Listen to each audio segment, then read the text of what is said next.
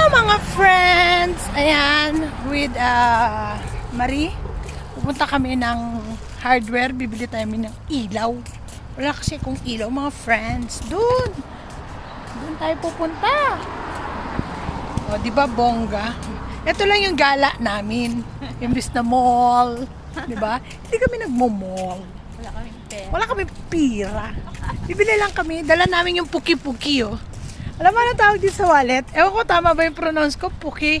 Buki. Ayan pala. Buki. Hindi puki-puki.